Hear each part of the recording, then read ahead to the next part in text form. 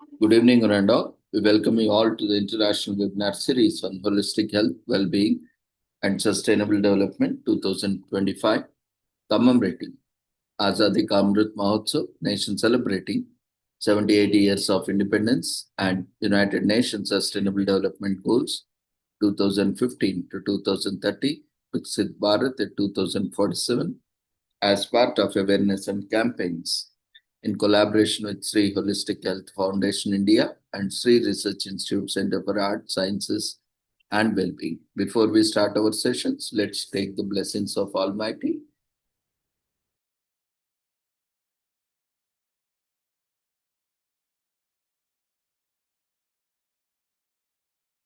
कुरुत्वं कल्याणम् आरोग्यं धनसम्पदः शुभं कुरुत्वं कल्याणम् आरोग्यं धनसम्पदः शत्रुबुद्धिविनाशाय दीपज्योतिर्नमोऽस्तुते दीपज्योतिर्नमोऽस्तुते शुभं कुरुत्वं कल्याणम् आरोग्यं धनसम्पदः शुभं कुरुत्वं कल्याणम् आरोग्यं धनसम्पदः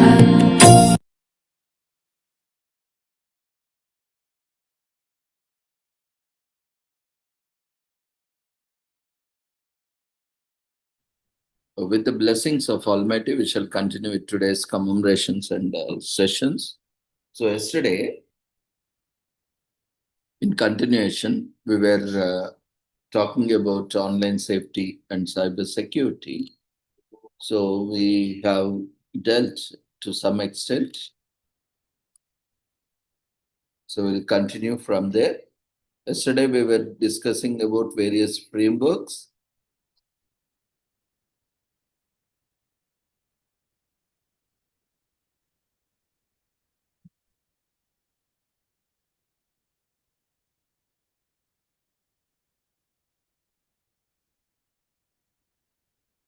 So we were discussing about importance and the relevance of online safety and cyber security in the present digital space and cyberspace. And we were also talking about context in Indian context and in global context, the scope of cybersecurity, the impact of cybersecurity, and also we dealt with the rising cyber threats across the world, including India, and we looked at various aspects of defining cybersecurity, online safety, and cyber crimes. We defined each terminology, and we looked different types of cyber threats, which includes malware, phishing, ransomware, identity theft, and so on.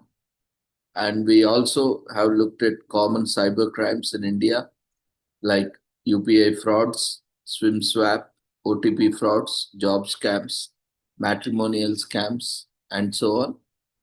And apart from that, we also looked at cybersecurity principles like CIA triad, confidentiality, integrity, availability, and so on.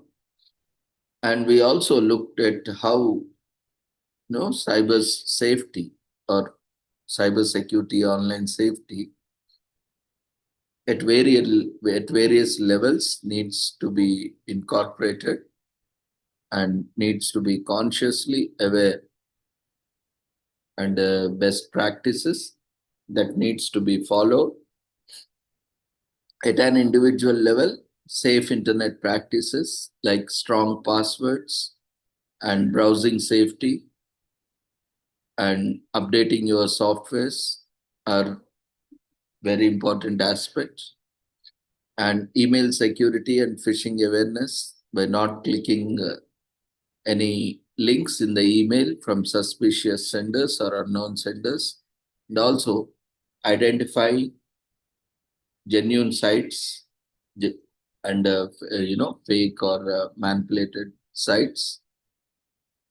And also social media safety, we looked at various social media platforms like Facebook, Instagram, Twitter, and also app messenger apps like WhatsApp, Telegram, and so on.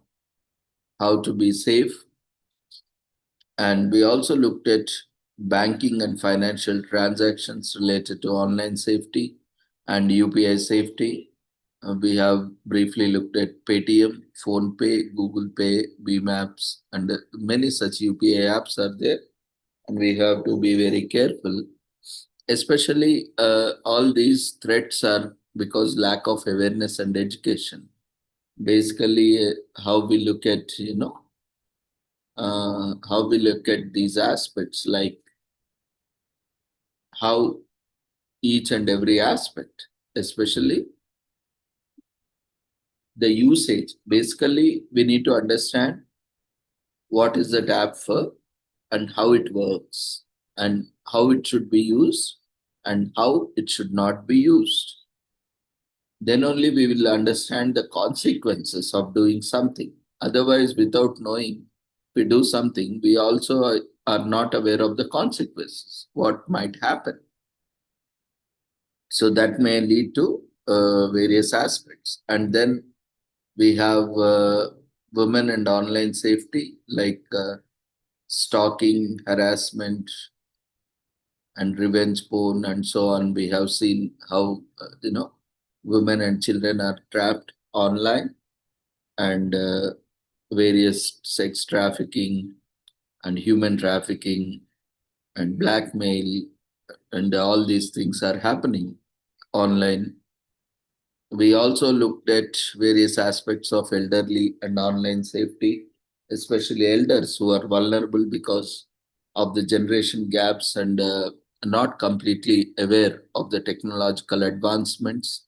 So they are not able to leverage the benefits of technology to that extent due to age constraints and mobility constraints and lack of education and awareness, and also to an extent of unwillingness to adapt or learn at that age, and so on. There are various factors. And we also looked at cyber security, online safety for businesses and startups in India, and how they were coming up with innovative strategies, applications, and frameworks like firewalls and internet security softwares, antivirus and malware detection softwares, and so on. And we also looked at data protection and privacy laws like IT Act 2000 and DPDP Act 2003, and also various other acts. And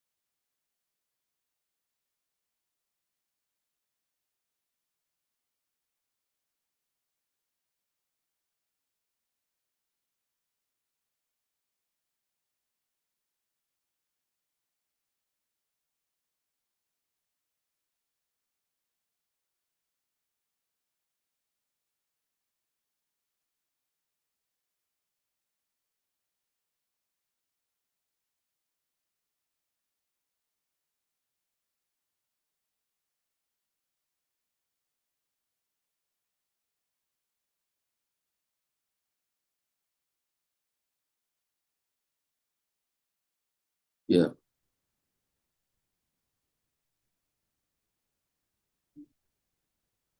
So there was an important call. Okay.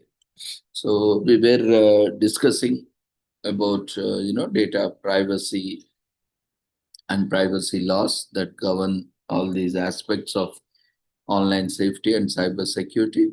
And we were also discussing about cyber security in educational institutions, because educational institutions, various services are offered, like from admission records to assessment records and fees payments, and also evaluation, certificate verification, and all these aspects are there. So even we have seen in certain case studies where uh, security is compromised and data has been leaked, and also we have seen question papers have been stolen from the servers, and even evaluation manipulation and all these things have happened. uh, though it is very rare, but it happened. So that also gives us a scope that we need to strengthen the security and address the loopholes in the system. And apart from that, we also looked at the workplace cybersecurity culture, like how to IT policy first, basically what to install, what not to install, and how to take care of data, and especially when connected to online, which access, which sites to be accessed, especially when offices. That's why they don't allow Facebook and other social media apps or even other apps, because they can uh, install certain softwares that can track the system and various activities, and even certain sites can install certain malicious software, so that can compromise the company's network. So similarly, company's culture, especially how the employees or how the organization, how the managers and various stakeholders use the cyberspace or network for all these aspects are very much important. And what kind of culture is promoted uh, needs to be taken care, so that we don't have essential setbacks, and we take care on how even cyberbullying, sextortion, and also comes when we are on networks. So even among the employees also sexual harassment, post training is given, and so similar things have to be there. And ICC, internal complaints committees, and all these things are there. And even data theft can happen. Even employees can be lewd. We have seen many corporations losing their projects data and confidential data. Employees are stealing the data and selling off to competitor companies, or crashing or installing Trojanwares or viruses on the network to create some sort of issues in the as a revenge, or uh, certain aspects that are happening. We see in media and through various reports and case studies. So apart from that, we also looked at how the nations are framing their policies and frameworks and strategies to implement and to combat this cybercrime, especially when coming to India. Indian cybersecurity ecosystems like CERTIN and NCIIPC cybercrime cells in states across the nation, and initiatives like Digital India, Cyber Surakshit Bharat, Cyber Swachhata Kendra, and so on, and also cyber security laws and policies in India, as already mentioned, uh, with respect to different cyber crimes, and role of police and judiciary in cyber crime, like how the cases are taken into trial and the duration and the kind of evidences, the digital forensics, cyber forensics investigation, and so on, and what kind of technologies are used for cybersecurity, like firewalls, antivirus, virtual private networks, VPNs, encryption.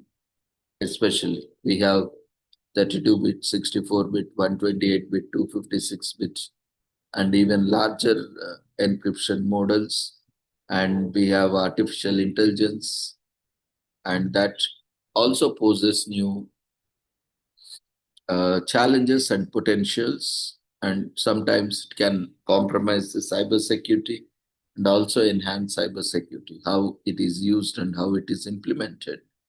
And the use of technologies like blockchain to verify uh, blockchain technology or securities to verify the transactions, to verify the tokens, and especially financial technology companies like banks and various financial institutions. And we also looked at various helplines and support in India, like national helplines.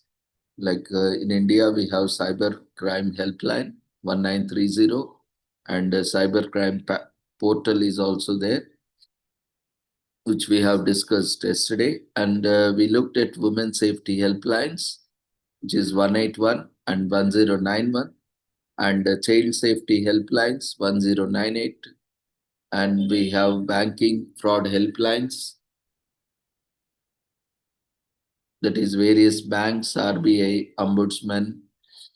Uh, Even every bank has its own helpline for reporting fraud and preventing fraud.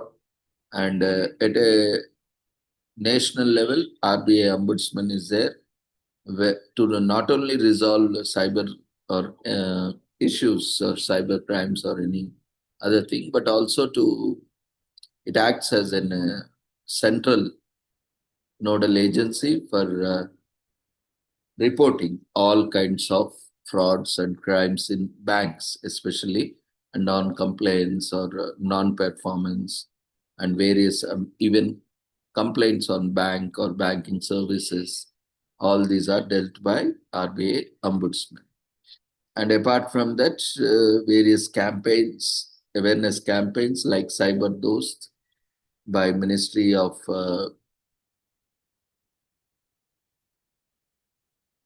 Home Affairs and MyGov portal, and various even consumer awareness from Ministry of Consumer Affairs, and so many like Grahak, Jago Grahak, and various such campaigns are widely prevalent in all the regional languages, especially in 18 to 22 languages, so that it can be easily understood, comprehended by the population using in a multilingual context like India.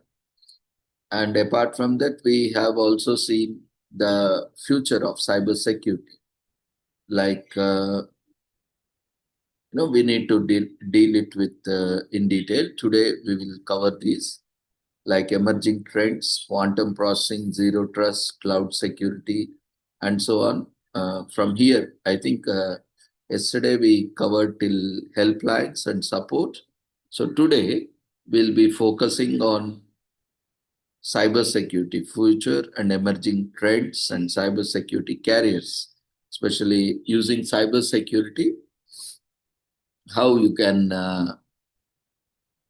create opportunities like education, training, employment, certification, entrepreneurship opportunities, and building a cyber resilient society, to prevent cyber crimes and manage cyber security. And also, after a crime has been committed, how to resolve that, how to, investigate and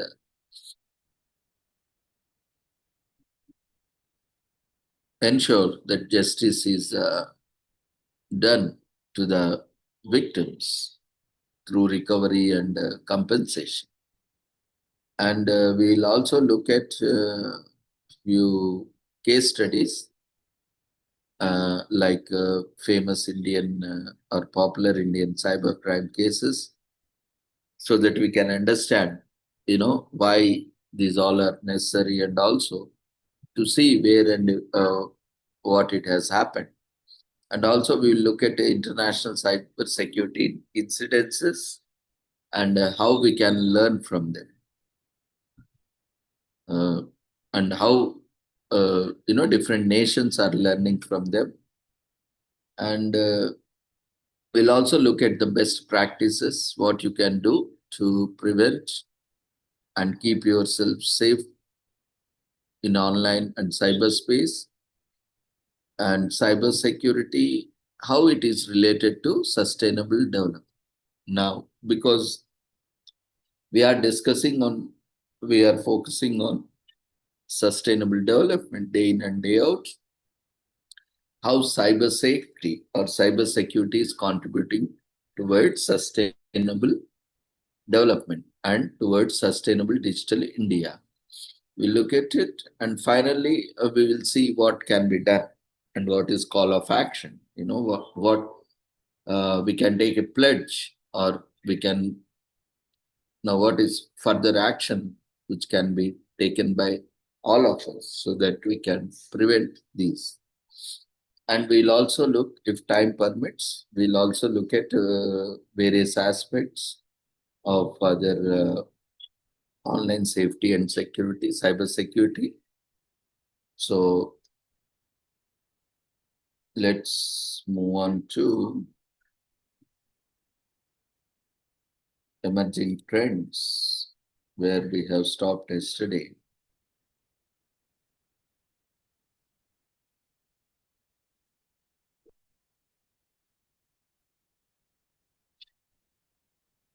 Yes, so the digital ecosystems, when we are talking about the frameworks or the digital ecosystems, which are expanding rapidly, and cybersecurity must evolve alongside it. Because new technologies are coming and new services are coming up. That's why it must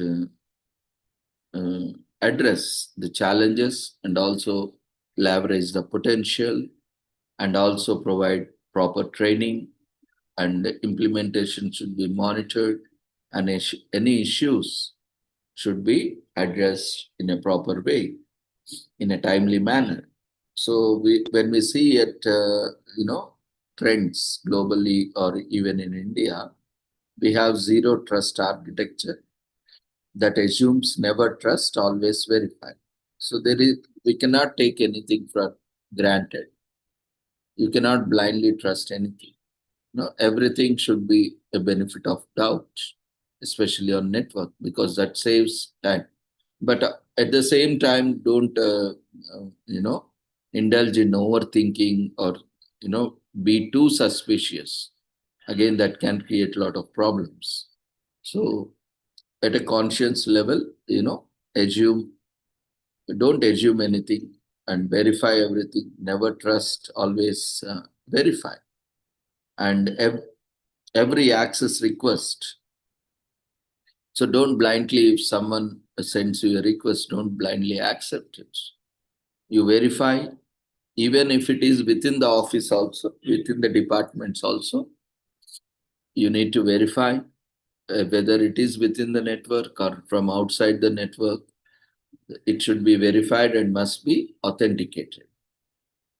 And if required, we need to create a safe space like sandbox or something like that, where we can put into a safe zone where we all can be safe and the transactions can be carried out.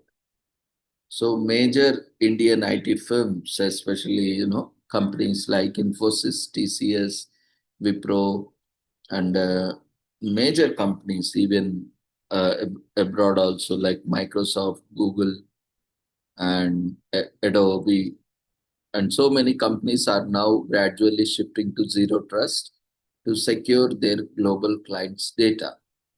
So whenever there is an incoming connection, you always need to verify, because it can compromise and it can steal data. So that's why firewalls needs to be configured to monitor each and every socket, each and every port, so that unauthorized access can be prevented.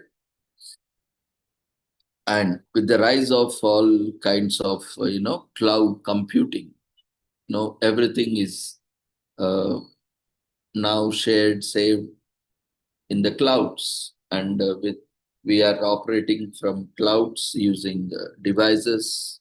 So even cloud computing power processing is happening in cloud, storage is happening in cloud. So cloud security is very much important. The data confidentiality, privacy, and thefts from a cloud server from cloud can be a challenging task and daunting task. So with the rise of cloud first policies now, because of various factors and to reduce the investment in infrastructure, people are moving towards cloud infrastructure. So we have cloud first policies. So where securing various services like SaaS or IaaS or PaaS is critical, especially, and threats, especially how threats are there by, as already mentioned, proper configuration or misconfiguration of storage space or services, or there are random or persistent ransomware attacks, and sometimes insider leaks, as we have seen that employees, for various reasons, for their own vested interest or being persuaded for benefits, they can also create a loopholes or create or leak network or install certain things, or they can compromise the security or data. So apart from that, we have IoT devices. So IoT security is also crucial, as we are moving towards smart devices, smart homes, and where everything is connected. We have lighting that are controlled remotely through our mobiles, and we have gadgets connected to our mobiles, and we have appliances like washing machines, fridges, and so many other uh, appliances, like even security cameras, and even lighting also, even electrical appliances like motor, pumps, and all are operated. Nowadays, we are moving towards complete home automation, where everything can be operated from mobile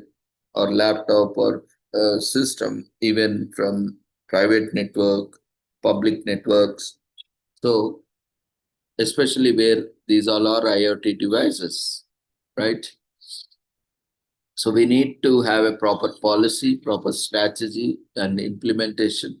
So security networks to, ensure that safety is guaranteed.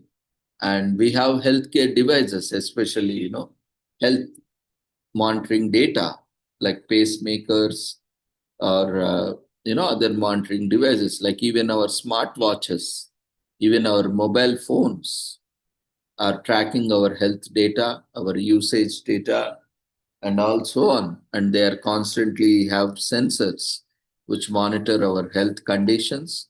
So that health data is also crucial, because based on that health data, you will your insurance or your health and other aspects are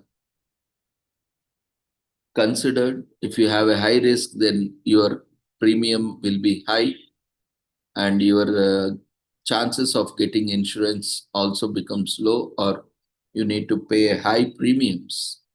So the data is very crucial. And also in times of crisis, for medical response team or emergency response team to reach you, or if to monitor your health, and all the possibilities are there.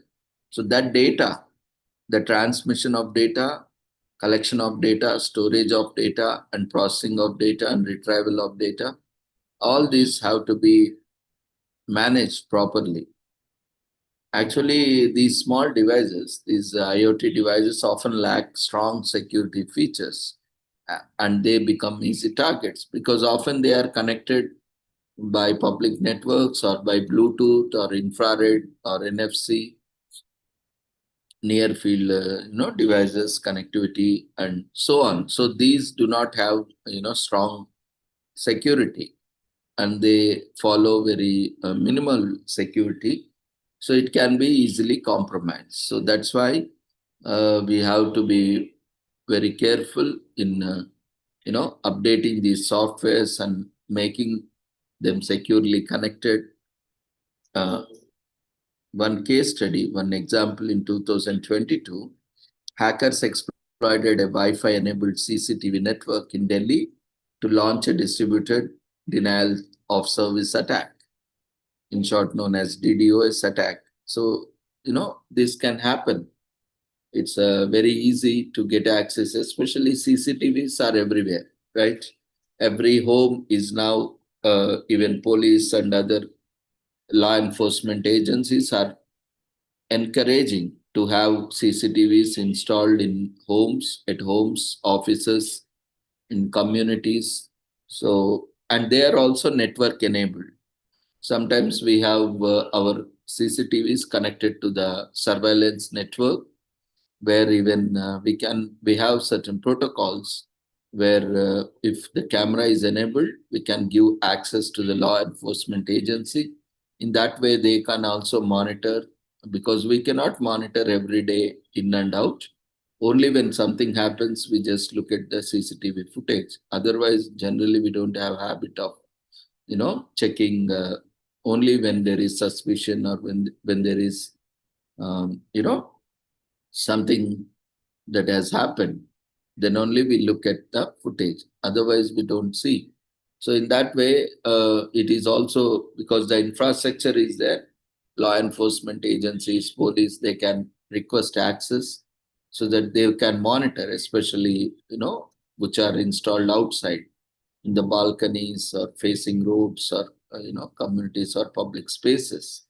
So even at those times, those networks, how they can also compromise the networks once they gain access, because these are connected to our internet networks. Once they gain access to the network, then they can access through that network. They can access your mobiles and your laptops, because they are on the network now. Many features are within the network, within the closed network, home network. Many features are enabled by default.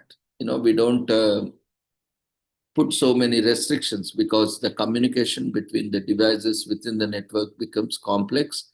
And unless and until we are experts, it is certain times it becomes difficult in configuration, connection, and sharing files, and so on. So that's why most of the times these networks, within the network, once they gain access to network, it becomes easy. So never share your Wi-Fi passwords to anyone. Especially if you want to share with your guests, then you create a guest account and you enable and disable that guest account whenever you require to give access. Whenever there is some guest at your house, uh, you can enable the guest account, and you can put some password to it, otherwise even passwordless, but always have some password, and you can give access. Once they connect to guest network, you can give access, and once they leave, you can disable the guest network. So in that way, we can isolate networks, and we can use it for usage also, for for stakeholders, as well as for the guests. Apart from that, we have artificial intelligence playing a role, like AI-powered tools are there improving intrusion detection and malware prediction. However, again, it is a double-edged sword we were mentioning time and again. So it can be used for good things and also for bad things. And people are, nowadays using for more bad things than good things. That's why we have so many disasters that are happening. AI is also being misused for deep fakes, automated phishing, and voice spoofing, and so on. So we see AI tools are used for various wrong reasons. So we have to be very careful. And Indian cyber agencies are also working on AI-based monitoring and various aspects, especially on financial frauds. And coming to mobile networks, we have 5G and, so that will increase data transfer speed. So the more the bandwidth, the more faster the network are, the more quicker data can be stolen, or data can be transferred, or data can be, you know, uh, implanted virus and many such things. And, huge data can be stolen or put into some other's network. So all these things are challenges. So that will bring expanded attack opportunities or challenges. So cyber criminals may exploit devices, IoTs, and high-speed fraud schemes, and even Telecom Regulatory Authority of India, TRAI, is already working with Certain to create security guidelines for 5G networks, and even soon the 6G network is also planning to be floated. So the more the bandwidth and the higher the speeds, there also the higher the challenges potentials for data and compromising the networks. So similarly, we have quantum computing and post-quantum computing and cryptography. Quantum computers threaten current encryption methods. In India, we have a national mission on quantum technologies, 2020, with at that time it was with 8,000 crore budget, which aims to prepare secure solutions. And ISRO has successfully tested quantum key distribution, in short known as QKD, in 2022, which is a breakthrough for secure communications. So more and more technologies, encryption technologies and cryptography is coming ahead, but still a long way ahead. And we have something like ransomware as a service, in short known as RAS. So ransomware gangs now operate like startups, renting malware to other hackers, and Indian businesses and hospitals have increasingly become victims because they get a lot of data from there. And the data is crucial for not only the business and hospitals, because it's a crucial data, not only for the patients, but also for legal reasons, insurance reasons, and so many other reasons. Even human trafficking also, when people get your health details, it is easy to match, because organ trafficking is also human trafficking, has different dimensions for sex and for slavery, and for organs also, human organs, they have been kidnapped, they have been uh, trafficked from one place to other. So they have been killed and organs are harvested from humans. So when this data is available, when this medical health data is available, it is easy for them to identify who is the, you know, uh, recipient and who is the donor. And it will be easy for them to have a deal, and, all such things are happening. So that's why the data needs to be secured and needs to be protected. And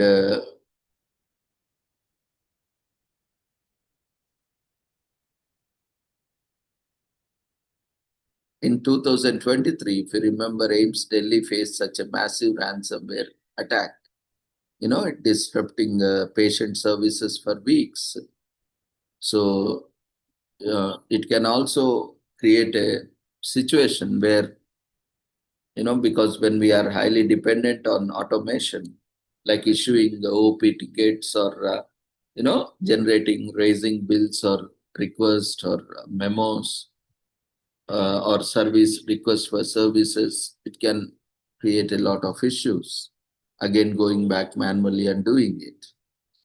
And apart from that, we also have seen digital payments are increasing day by day, and we are moving to digital currency and digital payments. So India's UPI system has been revolutionized payments, but also attracted cyber fraudsters. So here we are implementing blockchain technology, biometric security, and AI fraud detection, but still we see, because of lack of awareness and education, and sometimes because of greed, or sometimes of impulsive excitement or easy money, sometimes we are also inviting ourselves and clicking on suspicious links, offers, and so on, compromising our security without understanding the nuances and outcomes of such things. So these are various aspects that we need to take care of, especially more financial companies like banking companies are focusing on. And coming to carriers, now that you have seen, lot of challenges are there, lot of potentials are there. So now, what is required? Now we need some human resources, right? Along with AI. Why AI is quickly picking up? Because of lack of human resources. And even within the available human resources, the lack of productivity, speed especially. Speed, computing power. If you make a human being work, there are other issues like human rights issues and labor laws, and a lot of issues is, and apart from that, there are human limitations, and apart from human limitations, there is attitudes towards work, interest towards work, willingness, motivation, and all these factors are there. So that's why AI is picking up, is because that's a mission, that's a robot, that's robotic service. So it doesn't get tired as long as the systems are maintained, and it goes on and on. It never says no. It keeps learning, it keeps it's on and on. So the computing power, that's why even now more companies are investing on AI. But definitely for running AI services, we need human beings. But in that way, companies are planning to reduce human resources and invest more on AI, because they are going to benefit a lot. Only thing, we need 1 or 2 persons to manage AI networks. For that matter, instead of having 100 people doing the same work, they can have a couple of people, professionals, who can manage AI services, which can take care of, which can perform the task of 100 employees or 500 employees or 1,000 employees. So that is where AI is fastly taking up, because employees are not quickly adapting. IT forces, that is also a major concern, and they don't want to do, they don't want to take up more work because of various reasons, and companies need to make more profits, and sometimes due to fiscal policies and so on, recent US taxation, they are increasing 50%, to 100%, and they are putting a lot of restrictions on companies for projects. So they need to cut down, the expenses, and maximize profits, and also retain themselves in their feet. So all these are aspects, and easy, you know, computation, and various factors are there. So to overcome all these, companies are moving towards AI, and that is reducing the cost. At the same time, vulnerabilities are there. That's why even jobs will also increase. So now here, as we have discussed so many things on cybersecurity, online safety, there are also need for cybersecurity professionals, right? Security professionals. Even large corporations like Cisco and Microsoft and various other security network organizations, they are training, they have various certifications that certify you as expert at different levels, like systems engineer, network engineer, and security professionals and hardware professionals and so on. So here we need ethical hackers or penetration testers who can test the networks, so that when a real attack happens, we know where there is a vulnerability and how to address that vulnerability, and not only that, to fix that vulnerability so that further damage can be prevented. Sometimes, if we don't know where there is vulnerability and how others can penetrate into the networks, fixing network also becomes difficult. So when you have ethical hackers, those are experts in networks and security, so they will act as a hacker, and they keep testing our own networks. They create challenges, they create hurdles, and they keep testing our network, and they keep reporting, documenting, and improving the security of our networks, of our organizations. So that's why this is a very good course, careers in highly demand, and this is also in trend. So if you learn ethical hacking, so that is a very good opportunity to maintain security of companies and also find out vulnerabilities in the existing networks and improve networks by reporting such vulnerabilities, loopholes. And you have also cyber forensic experts who, when crimes are committed, when frauds are committed, you can investigate how it has happened, why it happened, and to what extent it happened, and what are the vulnerabilities, and what are the various factors that led to the happening of this crime, and how to solve it, and how to identify cues, collect evidences, and prevent further future attacks. And all these, this is also a very good option for those who are more creative, innovative, investigative in nature. And we have also security analysts who design, work, plan, and also implement various security frameworks and security networks. And apart from that, we have Chief Information Security Officer, who is the topmost official for the company when concerning the security. He is head of all security operations and so on. That is the topmost, higher hierarchically. So you can become like CEO, CFO, COO.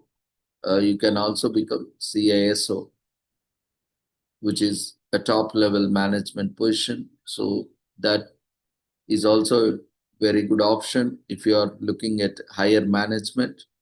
And we also have like incidental responders, reporters, where if some incidents happens, give a report on that, and prepare a backup plan and disaster management plan, and prepare strategies, solutions, and so on.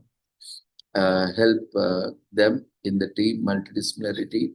And we have cloud security engineer. As every organization is now moving towards cloud, we need to address various issues, especially with respect to cloud computing, cloud storage, and so on.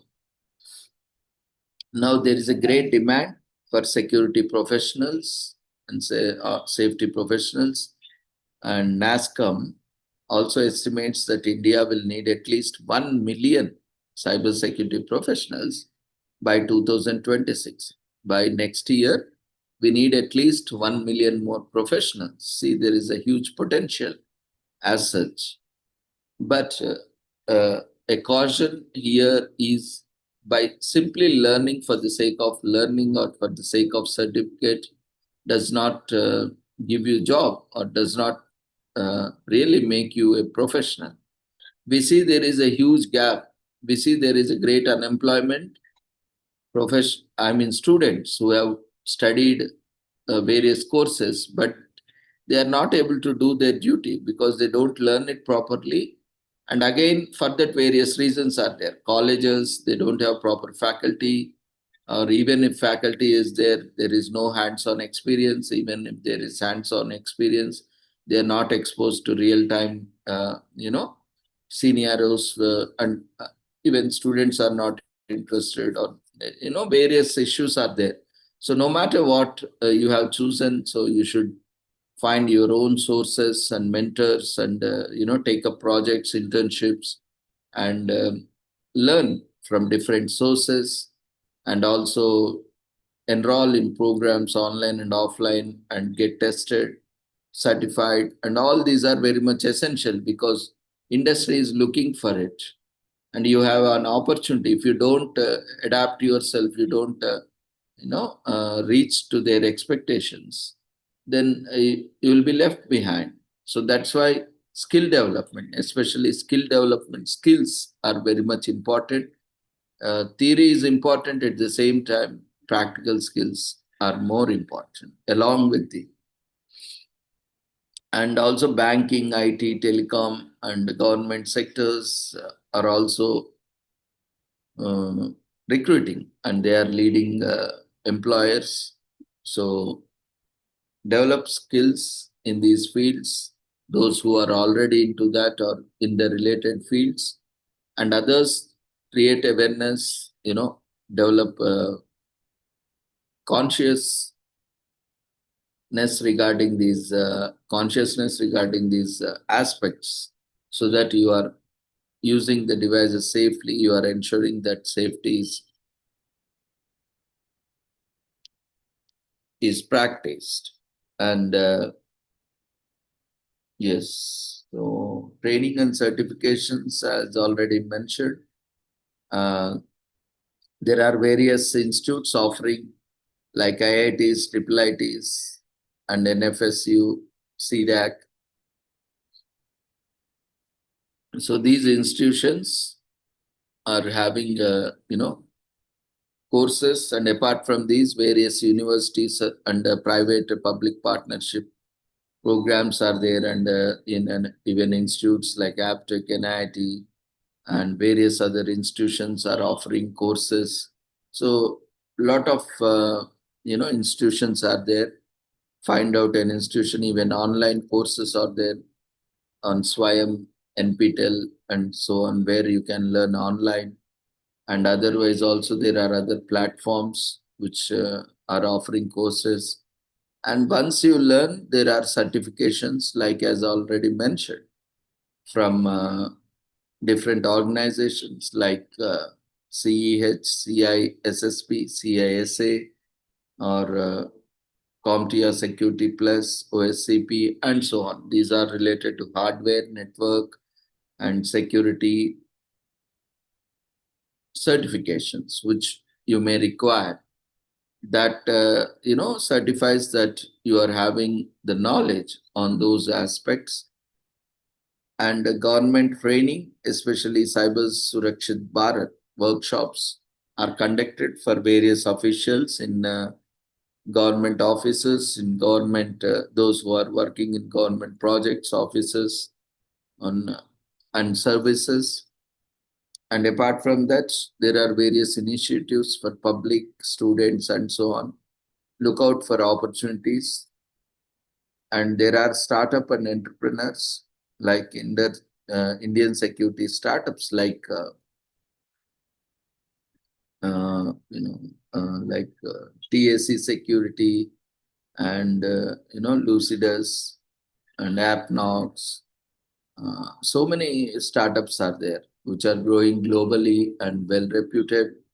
And India, we see there are many unicorns also comparatively. That means they have reached a very exponential level, Indian startups, especially when compared to global startups. So there is a very good ecosystem where startups can bloom. So India is also positioning itself as a cybersecurity outsourcing hub like IT services. So there are a lot of startup opportunities if you want to start your own startup. Otherwise, entrepreneurship opportunities are there where you can, collaborate and or work on projects and so on. So finally, as we have come to an end, and with different technical aspects now, how to build a cyber safety or cyber security resilient society. Now, by this time, we have understood. I think now any one of you can answer or easily mention all these. But to make it easy for you, like we need to understand the development, the technological advancement, scientific advancements that are happening. At the same time, leveraging the benefits. We also need to be very cautious about the challenges and threats from it. So it requires a multi-level approach. See how we prevent. Here, the major objectives are to prevent and manage and build networks, safety networks, and ensure that prevent and future be prepared for the attacks and also bounce back to normalcy. So here at an individual level, what we can do, we need to be aware of all these aspects. Digital literacy campaigns in schools, colleges, communities have to be organized like one we are organizing now. So these has to be regularly, persistently, continuously being organized, sector-wise, discipline-wise, and and it should be customized as per the requirements. As we will also from now onwards, we will have every month one session as per the convenience on any particular day. So similarly, these needs to be taken up in schools, colleges. If you want to be organized in your college, in your school, online we are there. So there is no barrier, or even you contact any professional, he or she will be able to address online or offline. We are also welcome to collaborate to have online programs with your college offices. So if you have very specific requirements, you can also let us know. Accordingly, we can tailor-made make the programs concentrating on particular aspects and design the webinar or seminar or whatever it is accordingly. So that is at an individual level, and also safe behavior, like I was mentioning earlier, attitudes and behaviors, especially when we are online. So that is very much important, like zero tolerance and zero trust. So doubt everything, so verify everything, then only proceed. And it is our own, self-enforcement to check, to have strong passwords and not, oversharing or verifying sources, links. So we need to have a discipline when we are having, when we are in cyberspace or online space to ensure our safety. So that needs to be practiced. And apart from that, we need to constantly be updated with the trends. And then at institutional levels, mandatory cybersecurity policies for organizations, IT policy, proper IT policy, and that should be properly communicated to all the stakeholders, and it should be regularly updated, revised, and regular vulnerability assessment should be taken up, and data audits and vulnerability audits needs to be conducted at organizations, and regular training to the stakeholders is also very much essential, and updating infrastructure, upgrading infrastructure wherever it is necessary has to be taken up. And at a national level, as we have seen, strengthening organizations or authorities like CERT-In and NCIPC, which is National Critical Information Infrastructure Protection Center, and similar organizations by providing budgets and providing resources and strengthening them with policies and laws and acts, and public-private partnerships, because not everything can be done by everyone. Of course, it can also be done, and it can also always require some support because of the volume of initiatives or tasks. We need to be collaborating, cooperating with various organizations, communities. So we need to build cybersecurity infrastructure. So we need to collaborate and develop such infrastructure and share resources, like I have said, mentioned earlier, like CCTV network and other networks which are there already. We can share it with them. And we can have also shared budget where we can have some budget allocated from our end, and governments can also allot some budget, and we can collaboratively start some new projects related to security. So that will, enable more quicker delivery of services and better services, and integration of cybersecurity into National Education Policy 2020 for students, scholars, teachers, and stakeholders. That will help, to be safe. And as students are educated, scholars, teachers are educated, they can also pass on information to others. Because youth are very much vulnerable to online and cyber. So this is a population target where we need to address. And apart from that, at international level, we have cyber policies, and cyber threats are globally evident. And especially as a nation, at national level, India collaborates with Interpol, UNODC, and neighboring countries. So, to address these cyber threats, cross-border cyber terrorism, cyber threats, online issues, like India, USA joint task force on ransomware in 2022, when India was affected, there was a joint task force. So similarly, as and when there is a need, we need to have appropriate strategies and policies. So coming to sustainable development, like socio-economic priority, we see economic growth, securing systems encourage our, infrastructure and services like digital banking, online payments, online e-commerce, or service delivery, service optimization. All these aspects are there that promotes economic growth. GDP contributes to GDP.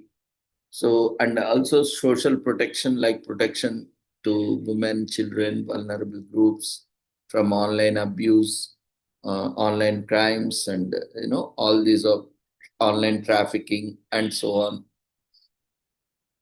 And it also promotes safety, national security, and prevents cyber warfare, cyber terrorism, and so on. And sustainability also ensures digital governance. That is, we have Aadhaar, right? Udyog Aadhaar for our companies, and we have Aadhaar for human beings, and we have Pashu Aadhaar for cattle and so on. And similarly, identification, which acts as an ID, and otherwise we have PAN numbers, TAN numbers, and we have DIN numbers, director identification numbers, and so on. So many identification databases are there, networks are there, services are there, and UPI payments, especially digital payments, are happening, receiving, sending, and digital health records, and digital health mission, digital health authority, national health authority, where the health data is being shared. So all these are promoted when they are working fine with adequate security, and their safety is ensured. Then there is prosperity, and there is quicker delivery, safe delivery, and there is confidentiality, privacy that is maintained. So that this will all will lead to economic growth and development, and also lead to sustainable development.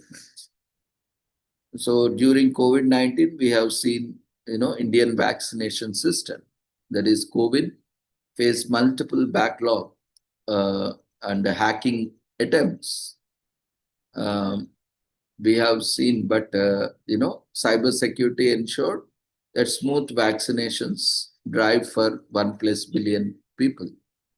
See, at that time, because everyone wanted vaccine, so and because it was a network through vaccine was distributed, people were selected based on different criterias, and they were allotted the slot for vaccination. Vaccination centers were allotted. So at that time also there was, cyber attacks on this system, Indian vaccination system, which was known as COVID. So, but thanks to the efforts of cybersecurity professionals, strategies, and policies, it could be, implemented without much hurdles. And apart from that, we will just look at few major or popular cyber crimes cases, like AIIMS Delhi ransomware attack. We already mentioned in 2022. Hackers targeted servers at AIIMS, All India Institute of Medical Sciences, Delhi, encrypting sensitive patient data. So what was the impact? The entire services got halt, disrupted for weeks, and delayed lab reports and appointments, everything got affected. And there was also suspected involvement of foreign state-backed groups. That is, governments are also involved. Certain government-sponsored terrorist groups, hackers are there to, attack countries. That was also suspected. So what would we learn from that attack? It is critical infrastructure like healthcare needs backup systems, network segmentation, that we need to, within the entire network, we need sub-networks and modular networks where we can isolate each network without compromising the entire network, and regular security patches, updating the network is essential. So all these were the lessons learned from such incidents. And other similar incident happened in 2018 in Pune with Cosmos Bank cyber haste. So hackers infiltrated Cosmos Bank ATM server and used malware to bypass security. So what happened? Because of that, 94 crores rupees were siphoned off via 14,000 ATMs withdrawals, ATM withdrawals across 28 countries. And simultaneous fraudulent SWIFT transactions were also carried out by hacking the network. Now, see how much of money is lost. And because what did we learn from that? So even financial institutions must strengthen their multi-layer authentication and international coordination, especially. So what we have learned, now you might be wondering why all these things we are discussing, what is the use? But so when something happen, everything becomes crucial. So popular collaboration, coordination, and policies, even though we want to help each other, that sometimes it becomes, legally not permitted, or there is no provision where we can, officially, we can talk to each other, or strategically we can collaborate. That's why these all becomes very important. One more, incidents happened, which is Jamtara phishing scams. In Jamtara district, Jharkhand, it is still ongoing. This scam is still going on. Be aware. Youngsters posed as bank officials. They are tricking people into revealing OTPs and PINs. So here, thousands of Indians, especially in rural areas, lost their savings. So we need to create more such awareness. Why we are conducting 2 days, this awareness is so many things are happening and we need to create awareness. So that's why we are organizing this at this moment, because now the festival season is coming, and government has also reduced the taxing, and because of external pressures on us like US taxation and all, even governments are expecting more sales, more production, more consumption. So that will, compensate the situation. So it is very much essential that we are consciously aware of these online safety and cyber security, and how to ensure safety from our side, so that we can leverage the benefits. We can maximize our benefits without, losing our money or compromising our security or data. And apart from that, loan app scams. So especially in this decade and in previous decade, from 2020, we have seen a huge rise in these loan app scams, where Chinese-backed apps offered quick loans but harassed users for repayment. They offer very easy loan. You just enter your Aadhaar card, or scan it and upload it, and you scan your PAN card, upload it, and that's all. You get, within seconds, you will get funds, you will get loan. So in that way, people got has taken so many loans without repayment capacity, and then they have to repay it. Then the problem started. They were harassing by calls, SMS, and once that app is installed, it will take all the permissions. So it got complete access to the mobile data, contacts, files, email and everything. So they are automatically sending to all the contacts that this person has taken loan and he's not paying and he's not trustworthy. And, they are calling them also and pressuring them that this person has taken loan from us and he or she is not repaying back. She is not credible. You tell them, to repay it, and they are harassing their family members, relatives, and they are calling to their offices, because all contacts are there, and contacts generally are saved like office, home, son, daughter, son-in-law, like that. All So lot of things happen and are being reported, and so many people committed suicide also because of these loan app scams. So don't fall into that trap. We have seen so many ugliest things that has happened. So they have collected contacts, photos, and personal data, and they have also, they got access to photos, videos, and passwords and credential data, everything, and they started blackmailing and they started selling the data. So they have literally, put situation in such a way they have to repay or they have to, end their lives.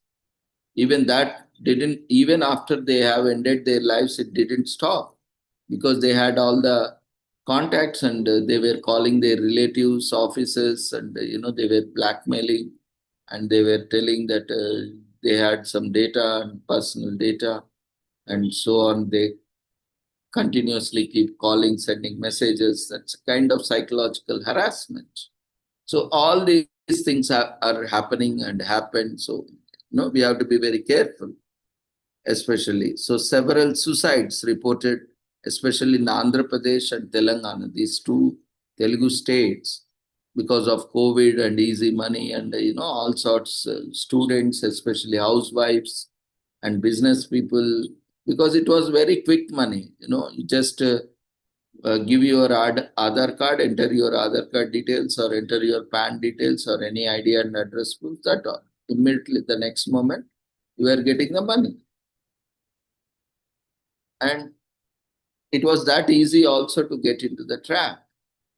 And again, you need to, if you fail to, pay back, then that's all. The harassment keeps starting. And there were also manhandling and lot of things that has happened. So apps must follow data privacy regulations that don't give access to apps. See, first thing is uh, many apps will not allow you, they will not run if you don't give permissions. So don't install such apps. Try to find alternative apps. Even if such kind of restrictions are there, you try to use other security apps to restrict. See, certain apps are there without giving permissions to, they will not work. And that is not mandatory. That is not required, but to steal the data and for various reasons, they ask all the permissions. Sometimes they don't ask, but they have access to everyone. So we have in phone software itself, in Android or iOS, we have certain apps installed by the cell phone manufacturers where you can have access.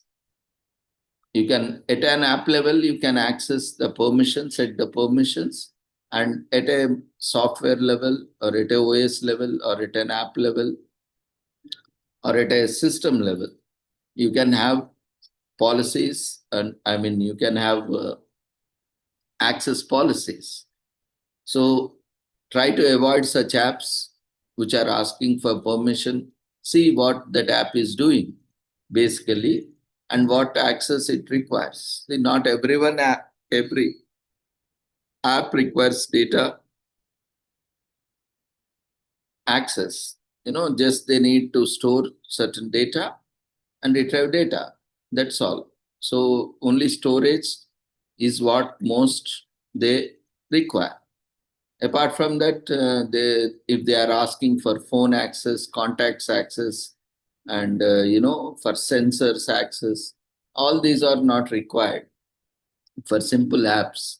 Only for OTP verification or certain verifications, they may require access to phone and SMS, but that also you can prevent by removing automated, and you can manually enter OTPs or for the verification. So this kind of awareness is very much essential. Otherwise, if you just blindly click on next, next, next, or accept all, then you can compromise everything on your phone, tablets, laptops, PCs. So you have to be conscious about what you are doing, behavior. So data privacy, confidentiality, and if any such app is doing, or if you doubt, you can report to platforms and you can report to government, and they will also do the audit. And if they find that they are violating, then you can also file a complaint, or even they also will investigate into that. And one more, case study we can take, which is a Paytm KYC fraud, which happened in 2020. And still it is happening in many times, because nowadays eKYC is, widely popular, because to avoid people going to banks and verifying physically. Nowadays lot of physical online KYC is happening. So fraudsters call victims pretending to be Paytm or bank officials and asking for KYC details. So they also share fake links leading to remote access apps. Once you click on the links, they will give access to your mobile data and everything. So victims' bank accounts were drained, and we have seen continuously a lot of by getting the access, they were making payments, transfers, and so on. So RBI now emphasizes in-person and official app KYC only. So now what you need to install official app. If you are doing KYC, you need to install official app by the respective service provider, banks, or even if you are taking Paytm or GPay, within that app only you should be doing verification, KYC verification, or the apps that are certified by them. If within the app it is not possible, then any other app that is exclusively dedicated for eKYC verification, then you verify that app is genuine and official, then only proceed for eKYC. So see how incidents are happening and how everyone is learning, from consumers to governments to organizations. Only when such incidents happen, we know what are the consequences and how to address these issues. And we have few international cybersecurity threats also. We'll take a minute break and get back to you. In the meanwhile, if you know any such frauds happening, just put in chat box. We will discuss on that as well.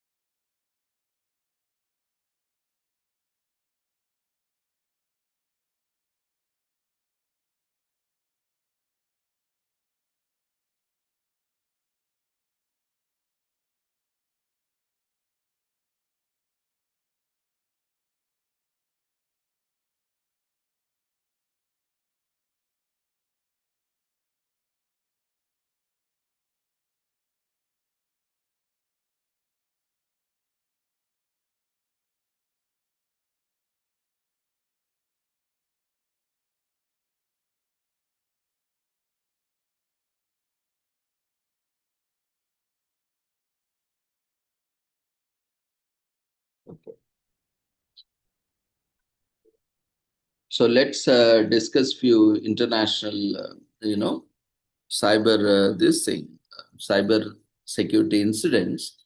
As yes, because once money is lost, it's very difficult to recover because unless and until it is reported immediately, where because it is going from our bank accounts to other. If it is reported immediately, certain authorities have right to stop or block the payments. Even bank also, if immediately reported within say within minutes or within seconds or within hours, maximum within a hour, bank has, bank can sometimes intervene to stop the payment to the merchant bank, because banks also are also dependent on other payment banks for making payments, for making transfers. So they have some time, buffer time, where they can recall that transaction. So what they will do, if we are reporting immediately, then they can immediately reverse the transaction, or they can block the transaction so that the payment doesn't go there. Even if payment goes also, there is a mechanism before that person withdraws or transfers. The bank can block it. So, but we have to be very prompt, and we need, sometimes we don't know that we have been, we have been a victim of cyber fraud or cyber crime. That's why when we are aware of all these things, at least we will know that, yeah, what to do. Now, that's why we are time and again mentioning the helpline numbers. Always have these helpline numbers ready, saved in your mobiles, and always display these helpline numbers, which we are, sharing in this discussion. You take a printout and keep it in your homes, offices, desk, wherever you are. So that whenever something happens, you have quick access. You can just look at it and, immediately call and report it. Otherwise, there is a lot, the damage cannot be minimized.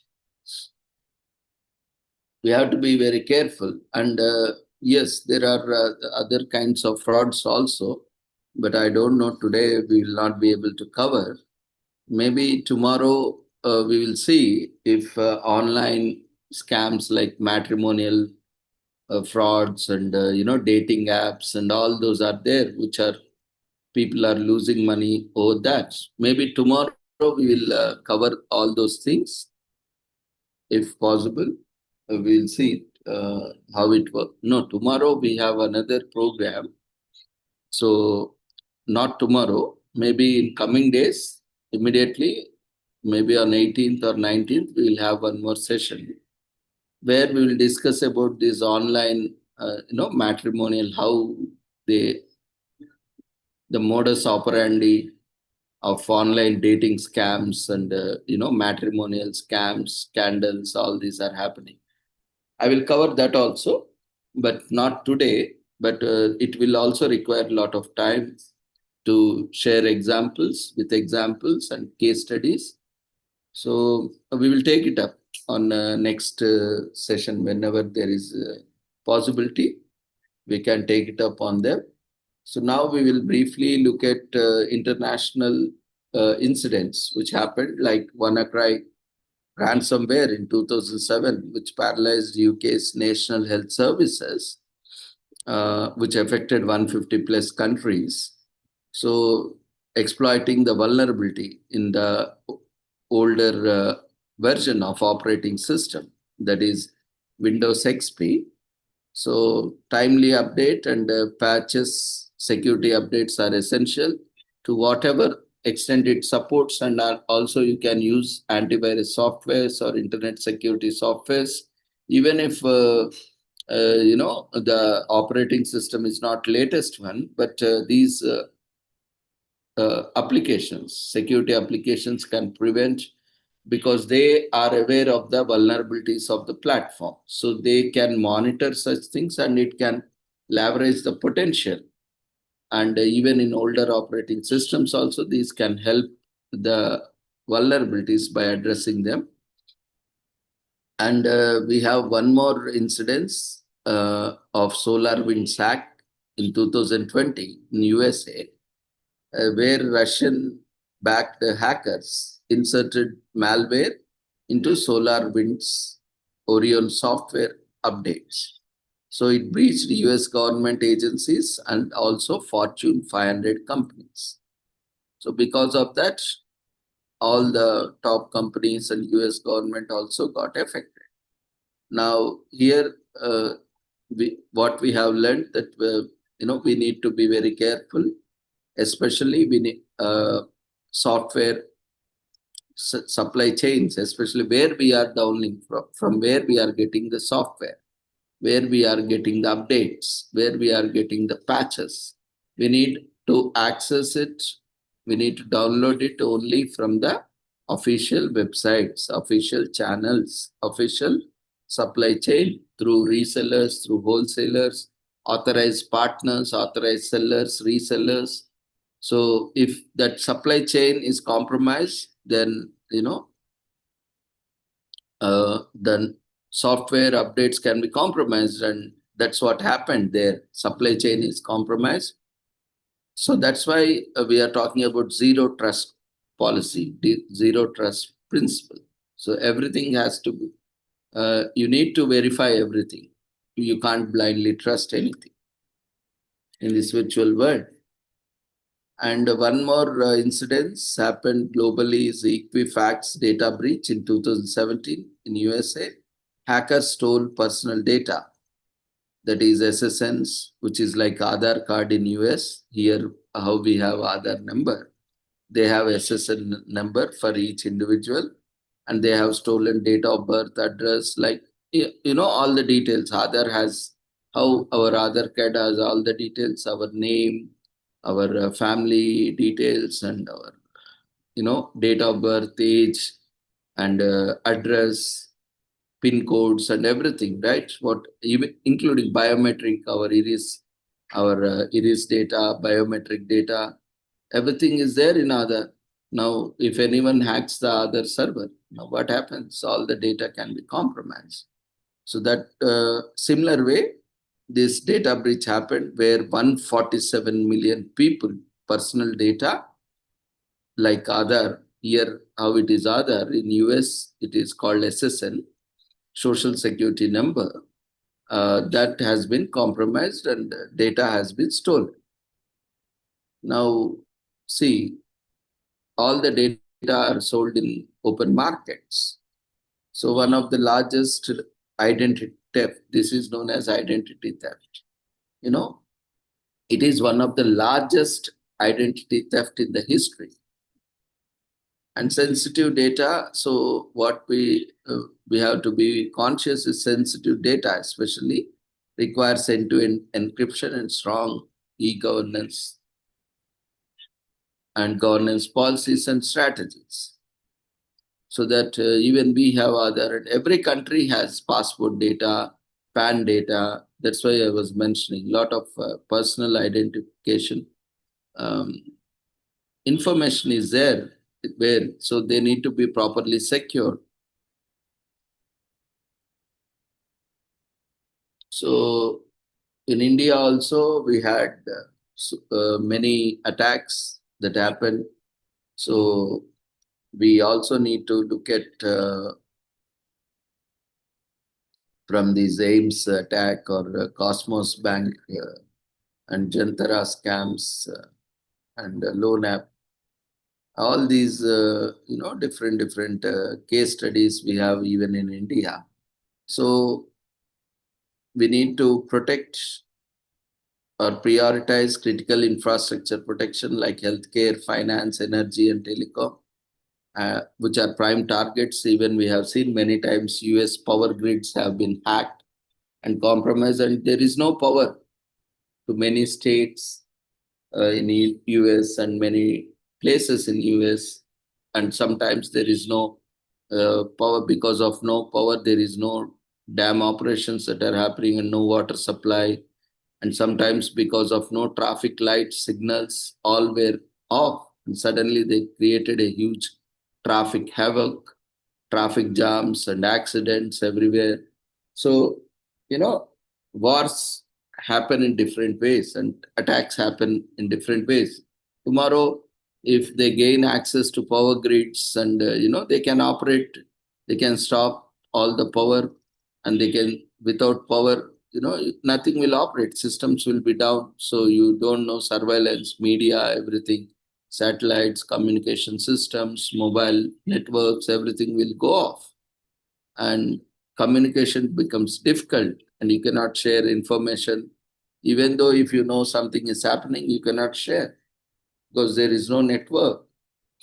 And everything needs electricity, power, or everything needs networks. So you cannot operate dams or industries, or so many things can happen. So regular cyber drills are needed. So we have to be prepared. Otherwise, what happens, suddenly we will get into panic mode because of the stress, anxiety, and we will not be able to handle it at ease and with proper vigilance and diligence. So cyber literacy should be taken up from the grassroots level, not only at the top level, but to the grassroots level, even ordinary people, that is citizens, common people also should be aware, like phishing, like Jantara scam, which thrives on low awareness because they don't know. Someone calls that I am from bank and so and so, and they keep on asking details, and they say that your account is being blocked immediately. So if you don't provide details, your card will be blocked, your account will be blocked, and you have to visit bank and you have to blah blah blah. And that will poor people, they don't know that they think that you know maybe the bank official has called, because sometimes it happens rural areas, they have very close connections, bank people also keep calling them, and about various services, and they also call them. Sometimes it is possible, but in such circumstances, they know the officials also who is calling, because locally that villagers know who are the bank staff, and they identify their voice, and they have their numbers, so it is very easy. But when they are calling from outside, when such scams are happening, we need to be aware. Even in urban population also, because many times I also got many calls saying, about insurance policy or bank accounts and so on, so on. But we need to identify, and we need to immediately disconnect. We need to not entertain, or immediately, if possible, if there is any facility to report, immediately report. Now mobile networks are offering uh, tagging the numbers. You can immediately tag the number as spam if they are calling you without your permission and doing marketing, or if it is a scam, that someone is trying to steal or commit cyber fraud, you can immediately mark it, tag it as scam, and also report to authorities so that they will try to track and prevent more such things. Mobile networks are also will become alert. Based on that, they will also prevent connections or connecting to networks. They will deny the network access and so on. They can also block, and they can when monitor such numbers, activities, and in case of any investigation, it will be easy for them also, the possible fraudsters. And also identifying how on which name that is there, who has taken the SIM, and so on. So you need to verify your SIM data also. So you can visit a website is there, service is there, where you can go and check how many SIMs are available, issued, and operating, are valid, active on your name. So if you are not using those SIMs, you need to deactivate by visiting. But once you know which are all there, there will be an option to deactivate. So you can make a request, and you can also go to a respective service provider and say that I am no longer using that SIM. So you cancel and deactivate the SIM. So once you give complaint or once you report to them, they will again go for KYC verification. So automatically all the services will be blocked. So that person has to come for KYC activation. If he or she doesn't do, then the SIM doesn't work. So you are on your name, it is there. So you only have to go and activate. So that is not possible. So automatically you will be, we have seen many times, people have been arrested or they have been kept under trial because their documents are misused to procure SIM, and that are used by some others to do scams or cyber fraud or all these things. So always make sure you check if there are SIMs that are issued, that are active, which you no longer use. You immediately cancel those, report those, so that to avoid any such future issues. And what else?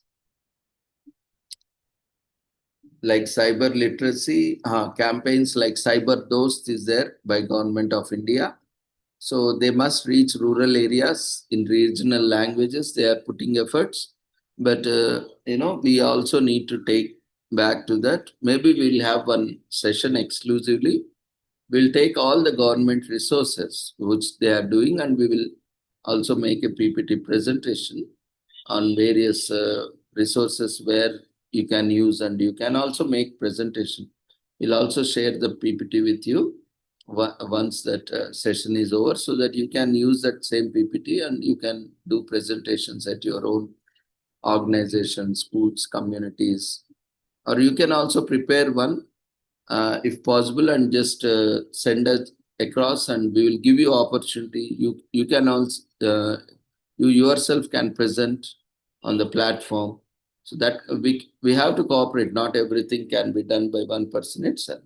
So you also explore students, especially scholars or faculties who are into that, computers or any other thing related. You can also collect and take some initiatives and come up with presentations that you can use in your communities, offices, colleges, and at the same time, you can also present on this platform. And regulations and monitoring of apps, like we have discussed, loan app, dating app, matrimonial apps, all these, we need to have strict vigilance and monitoring on these apps, and their app store regulations also to prevent such fraudster apps coming on, listing on platform. And Data Protection Act is there, 2023, which will be very vital, because they cannot take the data without your consent, without your information.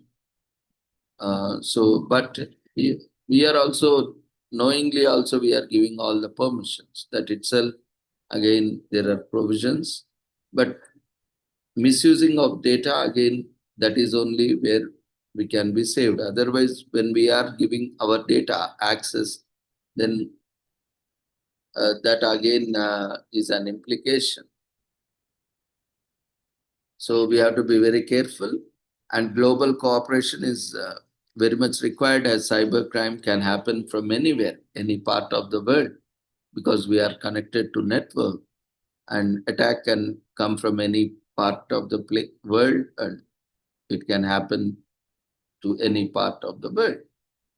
So cyber collaboration, global cooperation is very much essential, and we need to deepen partnerships, collaborations with Interpol, Europol, US cyber agencies, and across all the countries. Because when some fraud happens reported, we need to report to the respective authorities, so that they can immediately block those bank accounts, and after verifying they can refund the amount. Otherwise, if we don't have collaboration, then that amount or what that doesn't come back.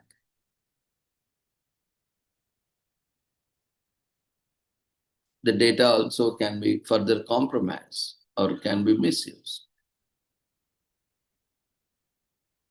So with this, we shall conclude our session. So finally, I would like to summarize or conclude saying, cybersecurity has shifted from being a niche concern to a national priority.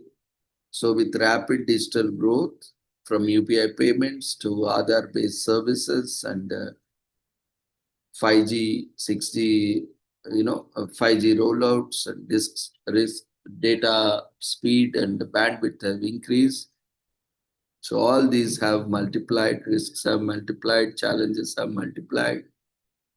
So from phishing scams to Jamtara and to ransom attacks, cyber incidents highlight low vulnerable individuals, businesses and governments. But still, India and individuals in organizations are taking a lot of efforts, like launching of 1930 1930 cyber helpline, keep noted, save it in your mobiles, and establishing certain and national cybercrime portal. Also make note of cybercrime portal, add to your favorites, bookmarks, so that it is easily accessible. And Acts, Digital Protection, Data Protection Act and Digital Personal Data Protection Act 2023, and running grassroots level campaigns like CyberDose and many other campaigns will help to bring awareness on technology, governance, and various practices, which forms a foundation for the online safety and cyber security. So with this, we shall end today's sessions now with a call for action. Stay vigilant, think twice before clicking, sharing, or paying online. Report cybercrimes without hesitation immediately. Use 1930 and cybercrime.gov.in, which are the first line of defense. So always note down these numbers, 1930 and website cybercrime.gov.in. You take a printout and keep wherever wherever there is common place in your office, home, so that when something happens, you have handy what to do. Immediately report without any delay and teach others. Now that 2 days you have learned so much, you can also share this information with others. Like you yourself can articulate, narrate, and share information, or you can share the YouTube links which are there with them so that they can also go through it and gain insights. And teach others, especially children, women, and elders, about safe internet use. For institutions, treat cybersecurity as a boardroom priority, not just an IT policy or an IT issue. Build a culture of security where every employee feels responsible. Governments, they have to invest in R&D and indigenous cybersecurity solutions, expand cyber police stations across all districts, and integrate cyber hygiene into school curriculum so that school students are also aware. So this is call for action for all of us. So thank you once again, everyone, for joining today's online safety and cybersecurity solution. So we are sharing the feedback, which will be formed in the form of polls. We request everyone to fill the feedback form before leaving the platform. And the certificate for 2 days will be issued in a week's time. So after a week or with maybe at the end of the week time, you can visit website which has been already shared with you, and you can download your certificate. Don't keep messaging immediately after filling it with feedback certificate. It will take time. We need to check the data, registration data, participation data, and feedback data. The system will automatically process and it will issue certificates. So ensure that you all the details you are filling it up properly. If there is any data missing, then it will ignore the form. So don't leave forms. Many times it happens that you attend and but because it is 1 minute only, na 1-2 minutes. Why after attending so much? Why don't leave the data or don't just skip the data in the forms? So yeah. So the feedback form has been launched in the form of polls. The form will be open for 10 minutes and the session will be on for 10 minutes. In the meanwhile, we request everyone to fill the feedback form and submit. Once you submit the feedback form, you may leave the platform. So thank you once again. We appreciate your time and valuable efforts and patience for being part on this journey, 2 days journey of online safety and cyber security. So thank you everyone. Take care. Good night. See you all tomorrow with the same joining with different commemorations.